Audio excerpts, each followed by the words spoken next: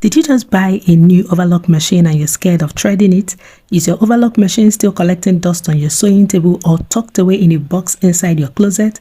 Go grab these thread colors you're seeing right now with a pair of scissors and a tweezer because you're going to beat that milestone today. If you're new here, this is Annie with Annie Marie. Let's do this together. Don't go anywhere.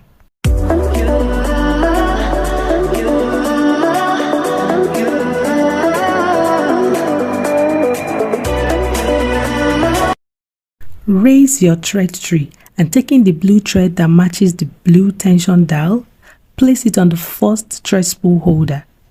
Taking your thread, pass it through the thread tree opening from the back to the front.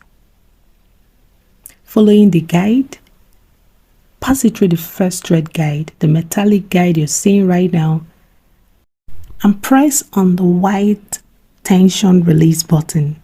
Now this will release the tension and make the thread to pass through the tension disc easily. Now make sure that your dials are set on 4. For the 4 dials, make sure that they're set on 4. This is usually the factory setting. Now grab the green thread and following the same process, place it on the second spool holder, pass it through the thread tree, and then repeat the same steps.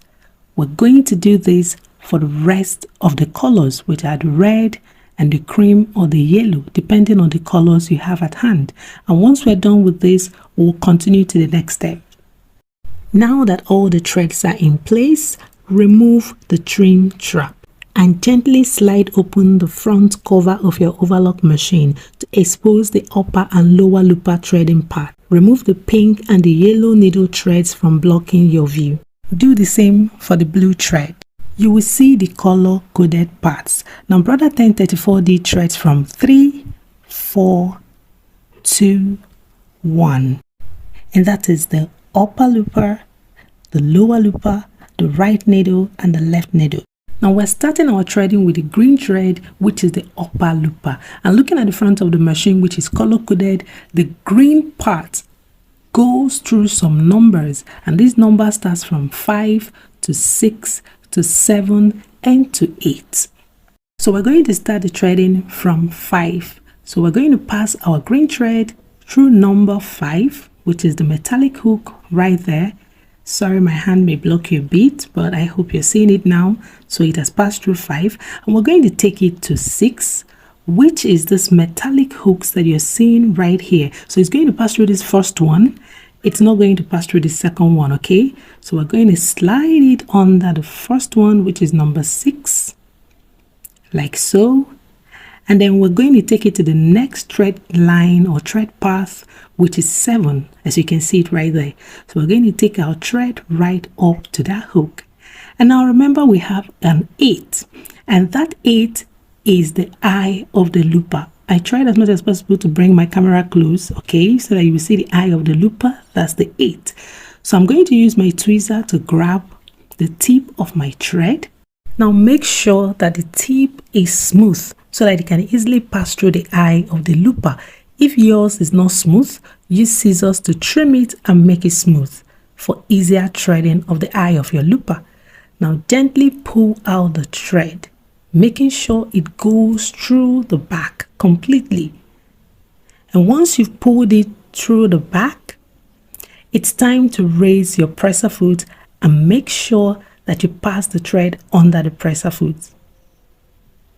And once you're done doing this, voila, you have successfully threaded your upper looper.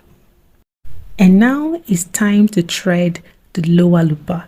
So grabbing our blue thread, we start from the number 5, which is right there, okay, and then we'll pass it through 6 and 7. The numbers 6 and 7 are written in blue, as you can see. So from 5 to 6 and 7, they are these 2 metallic hooks. Remember, the first one we threaded through only 6, but now we're threading through 6 and 7, which are the 2 metallic hooks. And now we take it to 8, which is in blue color.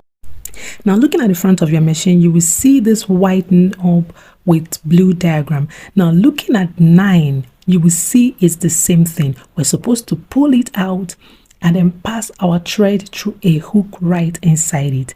Now I'm going to show you how it works. I'm going to pull this out right now and show you where the thread will pass. Now look at it very well. You will see this hook right here. The thread is going to pass right through it and then go to the eye of the lower looper. But I'm going to start by threading the eye of the lower looper and pass my thread through this, because I find it easier to do that. Okay, so now I'm threading the lower looper, and then I will gently pull the thread, and without passing all the thread, I'll pass the thread right through that hook. You can see it. And once the thread hooks there, I will push it in. And this is it. We have successfully threaded the lower looper. Isn't this very easy? I mean, it's not scary, right? Okay, we're going to repeat the same step, which is to raise the presser foot and pass the thread right under it. Now it's time to thread the right needle, okay, which is the red thread. So following the thread path, pass the thread right through these lines. You can see the curve. Make sure it goes in properly. Push it in, all right? And then you see this metallic hook right here. Okay, just like in your sewing machine, pass the thread through it. And then you're going to use your tweezer now to thread the eye of the right needle. Right needle, okay? Remember. And then once you're done threading it, push it to the back, and then we'll follow the same process, which is to raise our presser foot and pass the thread right under it. Okay, so make sure you push the thread to the back, raise the presser foot, and pass the thread right under it. And we're done threading the right needle. Okay, easy peasy. Now it's time to thread the left needle. So we're going to follow the same path, which is pass it through the same path, push it inside, make sure it goes inside, okay, and then pass it through the metallic hook right there, just like in your sewing machine, and then just use your tweezer to thread the eye of the left needle. Remember, if your thread is not smooth, use your scissors to trim off the tip to make it smooth. Okay, so pass the thread through the eye of the left needle, make sure it goes through the back, and don't forget to raise the presser foot and pass the thread right under it. Your threading will not be complete if you don't do this. Okay, now close back the front of the machine and face back the trim trap.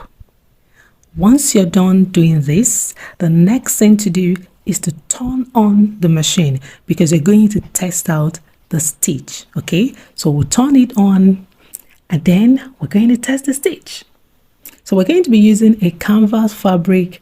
We're going to be using a satin fabric, and then we're going to be using an African print. Now the essence of this is to show you that this machine can sew through anything, any kind of fabric, denim and all whatnot. Okay, now you're going to first of all sew through the thread alone. Okay, looking at it, make sure that it's forming a loop.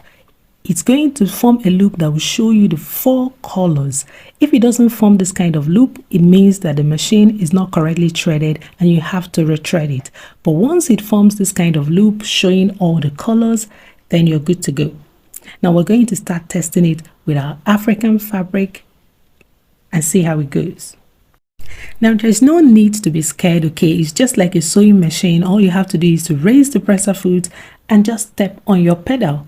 That's just it. Just step on the foot controller and maintain a particular speed, any kind of speed you want. Once you press on it, it will just sew it. Okay, remember this has a knife that cuts off the edge of the fabric, but you can actually sew without the knife. It all depends on you, but as a beginner, we're just doing this. You can see this, it came out perfect. Okay, you can see all the colors. Now the essence of using these different colors is to also check the tension of the stitch. Make sure that you see the green, the red, the blue at the right places. You can see this side is showing the blue. Now we're going to test this on this canvas fabric and see it once again. It's going to show us the red, it's going to show us the yellow, it's going to show us the green and the blue. Using these different colors will help you as a beginner to know that the tension is right or wrong. Once it doesn't come out properly, you can retread, or you can use the dials to set the particular number that is not correct, the particular thread that is not correct. That's the essence of using these colors, okay? So looking at this, the green is okay, the red sewed properly, which is the right needle, and the blue, which is the lower looper, gave me what I needed, okay? You have a sample that came with this machine. So once you're testing this out, bring that sample and just look at it and compare the stitches. Now we're going to sew through this satin and also see how it sews through this satin. Now once you have mastered the act of threading this machine, you can change into any color of thread that you want. In another tutorial, I'm going to show you how to swiftly and quickly change the colors on the machine to any color of your choice. As you can see, we have stitched out on this satin and it came out perfectly. Looking at it, you did a good job. If you got value from watching this tutorial, give it a thumbs up and subscribe to my channel. Share your thoughts at the comment section and share this video to those that need this tutorial. Now darling, I hope you're no longer afraid of threading your overlock machine. I'll see you in the next tutorial. Until later, lovelies. Ciao.